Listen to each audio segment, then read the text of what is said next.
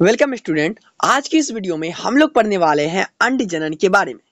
ये अंड जनन क्लास 12 का जो चैप्टर 3 है, चैप्टर 3 का एक टॉपिक है अंड जनन। चलिए बिना देरी के हुए आज हम लोग अंड जनन के बारे में समझते हैं कि अंड जनन क्या होता है एंड इनकी क्या क्या अवस्थाएं होती है। तो अंड जनन का सबसे पहले हम लोग परिभाषा देख लेते हैं। तो अंड जनन एक प्रक्रिया है जिसमें मादा के अंडाशय में अंडाणु का निर्माण और विकास होता है। सिंपल याद रखना है, कहाँ पर? मादा के अंडाशय में किसका विकास और निर्माण हो रहा है? अंडाणु का निर्माण हो रहा है पहले और उसके बाद उसका विकास हो रहा है। यही प्रक्रिया अंड जनन कहलाता है। तो सिंपली आई होप कि आपको ये समझ में आ गया होगा। एंड चलिए हम समझते हैं कि अंड जनन का जो अवस्था है वो किस किस तरह से होता है, यानी पहले क्या होता है एंड उसके बाद क्या होता है एंड उसके बाद एंड सो ऑन। सारी चीजों को हम लोग ध्यान से देखने वाले हैं और स्टेप बाय स्टेप पढ़ने वाले हैं। तो सबसे पहला जो कोशिका होता है उस कोशिका का नाम होता है पेरिमोडियल जनन कोशिका। पेरिमोडियल जनन कोशिका ये द्विगुणित होती है एंड ये समसूत्री विभाजन करके अपनी संख्याओं में वृद्धि कर लेती है। पेरिमोडियल जनन कोशिका द्विगुणित होती है जो कि समसूत्री विभाजन करके अपनी संख्याओं में वृद्धि कर लेती है। अब ये जो कोशिकाएं बनी है बहुत सारी, इन कोशिकाओं को ओगोनिया कहते हैं। क्या कहते हैं? इन कोशिकाओं को ओगोनिया कहते हैं। एंड ये जो ओगोनिया है ये वृद्धि करता है, यानी अपनी आकार में वृद्धि करता है। आकार में वृद्धि करके एक कोशिका बनाता है। इन कोशिकाओं को प्राथमिक अंडाणु कहा जाता है जो कि द्विगुणित होता है। अभी तक जो ओगोनिया आया, पेरिमोडियल जनन कोशिका, ओगोनिया, प्राथमिक अंडाणु, ये सभी के सभी द्विगुणित है। ओके। एंड अब होता है अर्धसूत्री विभाजन, यानी प्राथमिक अंडाणु जो है ये अर्धसूत्री विभाजन करता है। अब मैं आपको बता दूं थोड़ा सा बेसिक स्टेप्स कि जो अर्धसूत्री विभाजन होता है वो 2 स्टेप्स में होते हैं। कितने स्टेप्स में होते हैं? 2 स्टेप्स में।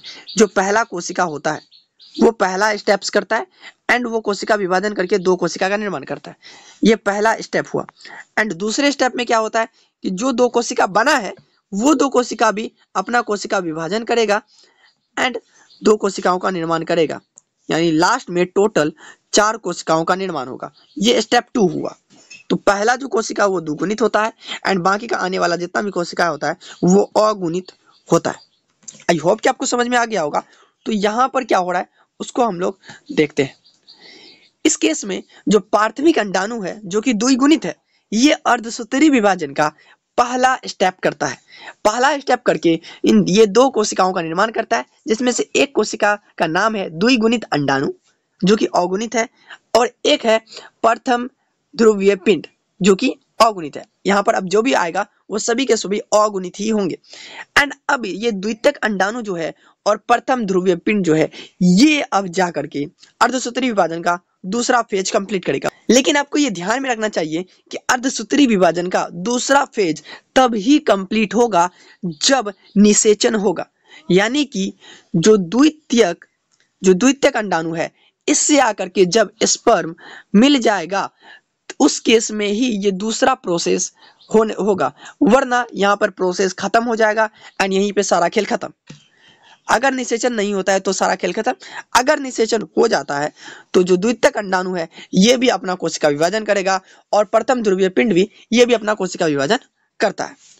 ये अर्धसूत्री विभाजन का दूसरा स्टेप बेसिकली करेगा एंड ये लास्ट में 4 कोशिकाओं का निर्माण करता है, जिनमें से पहला जो द्वितीयक अंडाणु 2 कोशिकाओं में बढ़ता है। द्वितीयक अंडाणु 2 कोशिकाओं में बटेगा। पहला होता है परिपक्व अंडाणु, दूसरा होता है द्वितीयक ध्रुवीय पिंड। एंड जो प्रथम ध्रुवीय पिंड है ये 2 कोशिकाओं में बढ़ता है और दोनों का दोनों द्वितीयक यानी द्वितीय ध्रुवीय पिंड ही होता है। तो लास्ट में हमें 3 द्वितीय ध्रुवीय पिंड देखने के लिए मिलता है और 1 अंडाणु देखने के लिए मिलता है। एंड ये वाला जो प्रोसेस है अर्धसूत्री विभाजन का दूसरा स्टेप ये तभी होगा जब निषेचन होगा। अगर निषेचन नहीं हुआ तो ये स्टेप नहीं होंगे। आई होप कि आपको ये सारा चीज ग्राफ के माध्यम से इजीली समझ में आ गया होगा। एंड चलिए अब हम समझते हैं कि किस अवस्था को यानी कहां से कहां तक के जगह को कौन सा फेज कहते हैं। तो जो पेरिमोडियल जनन कोशिका था जो समसूत्री विभाजन करके ओगोनिया का निर्माण कर रहा था, यहाँ से लेकर के यहाँ तक की अवस्था को गुणन अवस्था कहते हैं। ठीक है, क्या कहते हैं? गुणन अवस्था कहते हैं।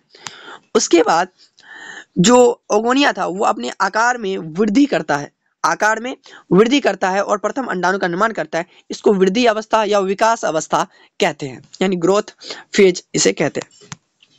एंड इसके बाद जो अर्धसूत्री विभाजन का फर्स्ट फेज था एंड सेकेंड फेज, इन सभी को एक साथ यानी प्रथम अंडाणु का अर्धसूत्री विभाजन करना, यहाँ से लेकर के लास्ट तक ये सभी को परिपक्वता अवस्था कहते हैं। आई होप कि आपको ये सारा चीज समझ में आ गया होगा। एंड चलिए आगे बढ़ते हैं। अब हम हर एक अवस्था को, ये 3 अवस्थाएं, इन तीनों अवस्थाओं को डिटेल में परिभाषा के माध्यम से समझ लेते हैं। जितना यहाँ पर इस डायग्राम में आपको दिख रहा है बस वही चीज परिभाषा में भी होगा। तो चलिए देख लेते हैं। तो गुणन अवस्था क्या होता है? गुणन अवस्था, इस अवस्था में जो पेरीमोडियल जनन कोशिकाएं होती है वो समसूत्री विभाजन करके अपनी संख्या को बढ़ा लेता है। क्या है? इस अवस्था में पेरीमोडियल जनन कोशिका समसूत्री विभाजन करके अपनी संख्या बढ़ा लेती है। अब इसमें क्या होता है, इन कोशिकाओं को यानी कि जो संख्या बढ़ा है, जितने बहुत, जैसे पहले एक था पेरीमोडियल जनन कोशिका, ये बहुत सारी कोशिकाओं को बनाया। अब ये जो बहुत सारी नई नई कोशिकाएं बनी है उन नई नई कोशिकाओं को ओगोनिया यानी अंडजननी कोशिका कहते हैं।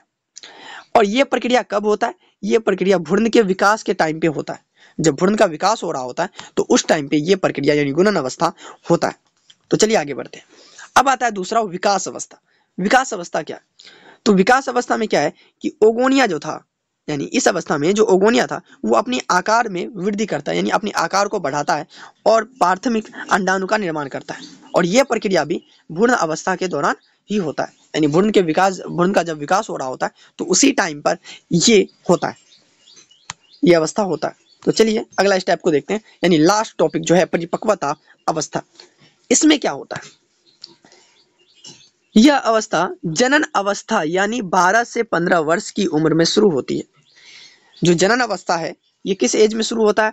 जनन अवस्था, जो परिपक्वता अवस्था है ये जनन अवस्था के टाइम पे शुरू होता है, और जनन अवस्था 12 से 15 साल के एज में ही शुरू होता है फीमेल्स में।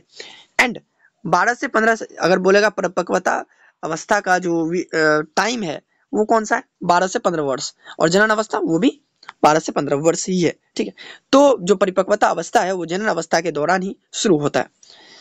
तो परिपक्वता अवस्था में एक्चुअली होता क्या है? तो परिपक्वता अवस्था में जो है प्राथमिक अंडाणु ये अर्धसूत्री विभाजन का पहला स्टेप करता है और एक द्वितीयक अंडाणु और एक प्राथमिक ध्रुवीय पिंड का निर्माण करता है। इतना जैसे करता है तो फिर मियोसिस 2 होता है, यानी कि जो अर्धसूत्री विभाजन था उसका सेकेंड स्टेप होता है।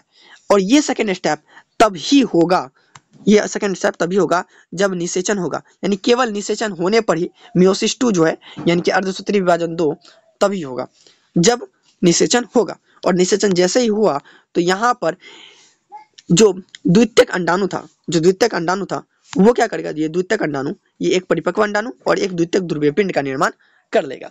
और जो प्राथमिक ध्रुवीय पिंड था ये 2 द्वितीयक ध्रुवीय पिंड का निर्माण करेगा, जिसके बेसिस पर एक प्राथमिक अंडाणु और 3 द्वितीयक ध्रुवीय पिंड का हमें देखने के लिए मिलेगा।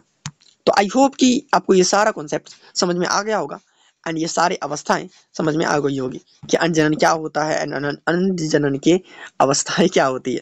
ओके, आई होप कि आपको समझ में आ गया होगा। एंड वीडियो कैसी लगी हमें कमेंट सेक्शन में जरूर बताइएगा।